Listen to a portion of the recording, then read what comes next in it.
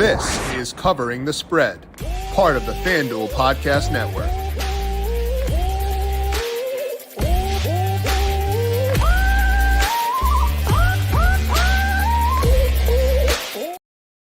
We have got a Monday Night Football doubleheader to close out week number 3. The Jaguars at the Bills and the Commanders at the Bengals. Two pretty fun games where I think we could see a decent number of points scored across the board. Today, we're going to break down both those games, outline where my numbers see value at FanDuel Sportsbook, talking totals, talking spreads, talking player props, and some same-game parlays as well to hopefully close out your week on a high note. This is Covering the Spread, a FanDuel Research podcast. My name is JimSannes, and I'm a managing editor for FanDuel Research, here to break down our Monday Night Football doubleheader, lay out my best bets for the Jags at Bills and Commanders at Bengals. We're going to dive in all that here, starting with the Jags and the Bills in just 1 second. But first, we are now live on our brand new YouTube page exclusively for Covering the Spread and Heat Check NFL and college football betting and daily fantasy advice. If you are new to the stream, welcome. Hello. Good to talk to all of you.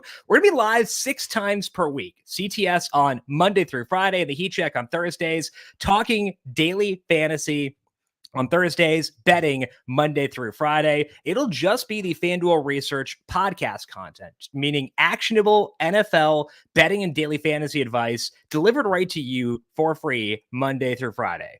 Plus, by going live, we're allowing you to snag betting lines before they potentially move, if you agree with what we're saying, later on in the day. That can happen. Betting markets are very fluid. So the idea here is get you that content right away so that if you want to place that bet, you can do so before the market moves. So if you're watching YouTube, thank you. Appreciate you. As always, hit the thumbs up and make sure you're subscribed to this brand new FanDuel YouTube page. Thanks to those of you who have done so already. Again, thumbs up for this video. Subscribe as well if you want to catch all these shows live. Follow me on X at JimSannes. Again, subscribe to this FanDuel YouTube page to get notifications as we go live Monday through Friday for Covering the Spread and Thursday for the Heat Check as well. We're going to dive in to the Jags at Bills to kick things off here in just 1 second. But first, make sure you're heading over to FanDuel Sportsbook. Check out all the live promos they got over there.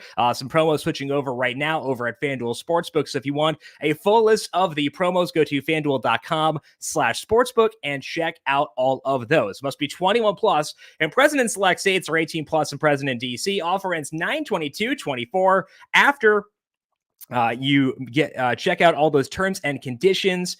Make sure you get your deposits in over at FanDuel Sportsbook. Gambling problem? Call 1-800-GAMBLER or visit FanDuel.com/RG. Call 1-888-789-7777 or visit ccpg.org/chat in Connecticut. Visit MD Gambling Help at Oregon, Maryland. Hope is here. Visit gamblinghelplinema.org or call 800-327-5050 for 24/7 support in Massachusetts, or call 1-877-8-HOPE-NY or text HOPE-NY in New York. Let's take a look here at the betting odds for the first game of this Monday Night Football doubleheader. That is the Jaguars at the Bills. Right now, FanDuel Sportsbook, Bills favored by 5.5, and the total in this game is 45.5. And looking at those markets, I do see a bit of value in the Bills minus 5.5. It was 4.5 yesterday, so that value's dropped a bit. Do see some value in the over at 45.5 as well. I've got the total for this game currently sitting at 46.7 for me. Got the Bills favored by about 7. So I do think there is value in the Bills in this game, but it's not a ton. I think the better value lies elsewhere. The one traditional market where I do see value for today is the Bills money line. They're minus 250 to win this game. The implied odds there are 71.4%. I've got the Bills at 74% to win. So I understand if you don't want to take that as a straight bet, because most people don't want to lay minus 250 on a bet, but could be a potential building block for a same game parlay. More on that later on. There is, though, an interesting dynamic for this game, because so far this year, the Bills have been very run heavy, and it's been super, super effective, leaning heavily on James Cook, Josh Allen in the ground game to move the football. But the Jaguars' rush defense has looked pretty good so far. Just a 2-game sample against the Dolphins and against the Browns, but they've looked really good. Last year, they were about average, a little bit better than that. So maybe it doesn't stick. Maybe the Jags don't wind up being a great rush defense for this year. But it is noteworthy, at least to me, how good they've looked so far. And that's been the Bills' bread and butter. They've been able to run it down people's throats, so they have, because why stop if it's being effective? They might meet a bit more resistance here than they have recently, which I think could open up some value in the passing game for the Buffalo Bills. Specifically, I want to check out Josh Allen's passing yardage prop. That's a 228.5 over at FanDuel Sportsbook. And I do see value in that number because I know it feels super, super low, but it's in line with what they've done so far this year. But again, the Jags rush defense looked pretty good so far. And we know Josh Allen can move the ball in chunks. Also, not a lot of wind to deal with in this game. So big deviation from what they dealt with back in week number 1. If you head over to FanDuel.com/research and check out our daily fantasy projections for today, you'll see that Josh Allen, 253, his passing yardage projection at FanDuel Sportsbook for this game. So they're quite a bit above market for Josh Allen. Now, that's an average projection, not a median, and that's what we're focusing on as medians for player props. But I do think there is value in Josh Allen over 228.5. That's his passing yardage prop at FanDuel Sportsbook for tonight. With that said, I do think we can go towards the alt market because, again, this is a situation where Allen can pick up yardage in chunks, and we're getting less wind here, so could see some more downfield pass attempts. So if you look at the alt market, Josh Allen to get 250-plus passing yards, plus 154, as I mentioned, FanDuel Research's projections have Allen at 253 as his yardage projection for tonight. Really do not mind that. So Josh Allen, 250-plus passing yards, plus 154, probably is my favorite bet for this game. Checking out Josh Allen there. As a single bet, that's going to be my favorite in this one. But if we're going to buy into the passing game, we could also buy into individuals. I prefer Allen, buying into him, kind of getting exposure to whoever may prop up, because honestly, the passing game has not been very concentrated so far for this Bills offense. Khalil Shakir does lead the team in targets, but hasn't really dominated there the way he did at times last year when he got work. So far this year, 19.5% target market share for Khalil Shakir, and then both Keon Coleman and Dalton Kincaid are at 14.6%. So basically the Bills have spread things out quite a bit. So don't want to buy into Shakir, don't really want to buy into Kincaid or Keon Coleman. I think instead, the best individual receiving yardage prop is actually James Cook. He's at 17.5. It is over at minus 110. And Cook is a guy who, unlike most backs, will get some downfield targets. They'll get him the ball up the seam. They'll try to get him in space, try to get him downfield. And he's proven in the past that he can be very efficient on those looks. That's specifically been the case with Joe Brady being the OC for the Bills. They want to use James Cook in pretty dynamic ways. So far this year, only 4 targets are James Cook, but again, they just haven't thrown the ball very much. If we see that overall passing volume increase, I think that James Cook will be one of the guys to benefit. So I do like James Cook over 17.5 receiving yards, minus 110 at FanDuel Sportsbook. Don't really want to go towards the rushing plus receiving because I do worry about what the rushing production may look like in this matchup. But I do think this specific market is a good way to attack Cook, who has been very, very good ever since last year in this Bills offense. So individual props, do like the Josh Allen 250-plus passing yards and the James Cook over 17.5 receiving yards as well.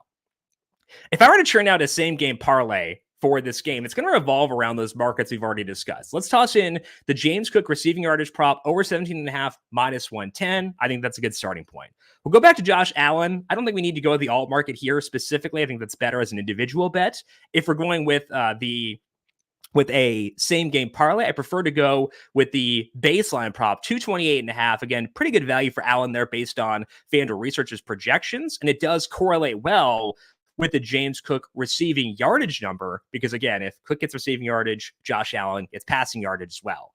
Mentioned before that the Bills money line is a value for me at minus 250, so we can toss that in as a third leg of this same game parlay. If you put those 3 bets together, James Cook over 17.5 receiving yards, Josh Allen over 228.5 passing yards, and the Bills money line, that's plus 329 at FanDuel Sportsbook for tonight. And I think that's a pretty good value based on the fact that I do think the Bills can win this game, and I do think we see a bit more passing volume here as a result of the fact that Jags rush defense has been pretty good thus far.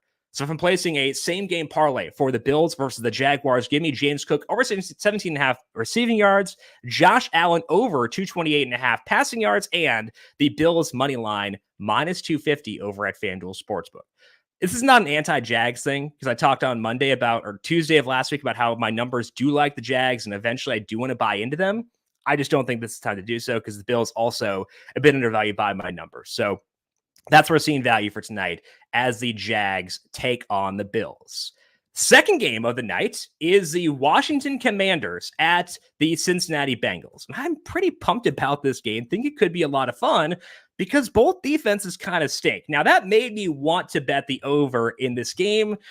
It's close to a value for me. It's at 46.5 right now, but the over is minus 120, and I've got this game at 47.9, so I couldn't quite get there. I don't hate it because 47 is a key number, but again, it was the minus 120 on the over that really did push me away and make me decide maybe I want to buy into player props as opposed to betting the total for this game.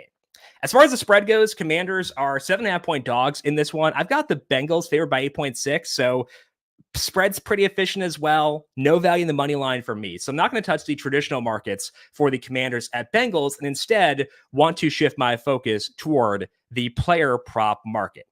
Now, this is a tough setup because I do view the Commanders as legitimate underdogs in this game. I think that where the market has them is pretty appropriate. So it may be tough to be like, okay, I want to buy in to the Commanders ground game, but the Bengals have lost pieces along their defensive line this year, and they got a lot of guys who are banged up. Sheldon Rankins, some other guys not going to play in this game. So an already bad unit likely just got worse. And if you're watching the Commanders last week, Brian Robinson Jr. looked really good. His role so far in the offense has not been fantastic. Only 12 and 17 carries so far, but went for $133 in week 2, and he looked awesome doing it. So I think that's intriguing. And they also are getting him some works in the passing game. 7 targets so far for Brian Robinson through a couple of games. So if you look at his rushing plus receiving yardage prop at FanDuel Sportsbook, that's at 68.5 over his minus 113. I feel pretty good about that number. It is risky because we do need the Commanders to keep this game close throughout. I think the one thing that gives me more confidence in this specific number is that the Commanders fell behind pretty big to the Buccaneers in week 1. Despite that, they still kept Robinson involved. Snap rate was above 55%, and he had 89 yards from scrimmage in that game. I think he'll be effective when they can run the football, and that to me says he should still at least be in the game, even if they do fall behind to a good Bengals team. So I think that's a good value. Over 68.5 rushing plus receiving yards for Brian Robinson Jr. as the Commanders take on the Bengals for tonight. So as far as individual bets in this game, that's going to be the first place that I turn to. I also want to check out T. Higgins as he's making his return tonight for the Cincinnati Bengals. Missed the first couple of games with a hamstring injury. He said that he is good to go. And I believe him because if you look at the practice report for this week, Higgins got into full practice on Friday. And typically when that's the case, it means we can view these guys as being basically a full go. Over at FanDuel Sportsbook, T. Higgins receiving yardage prop is 44.5 over his minus 113. Now, you could take that individually if you wanted to, because I think that's one way to go. But it's also important to think about the second order of things. Okay, I like this bet. I like this assumption of T. Higgins winds up playing and being effective. What are the ripple effects if my assumption winds up being correct? And the ripple effect would be that we're probably not going to see a whole lot of Andre Yoshivas targets in this game. And frankly, we didn't see a lot even when Higgins is out. He had 26 and 7 yards across his 2 games, a couple of touchdowns in that second game against the Chiefs. So did play well, but it wasn't a lot of yardage. And Yoshivas, frankly, hasn't done a whole lot from a yardage perspective anyway when he's gotten usage in the NFL. So I think if you're looking for an individual bet, I actually prefer the Yoshivas under 25.5 minus 113 at FanDuel Sportsbook. I like that a bit more than the T. Higgins over 44.5. I would say with Higgins, because he can get some downfield work, you could also look towards alternate markings for him. Looking at the Higgins props, alt receiving yards, 50 plus receiving yards plus 110, 60 plus 168, 70 plus 250.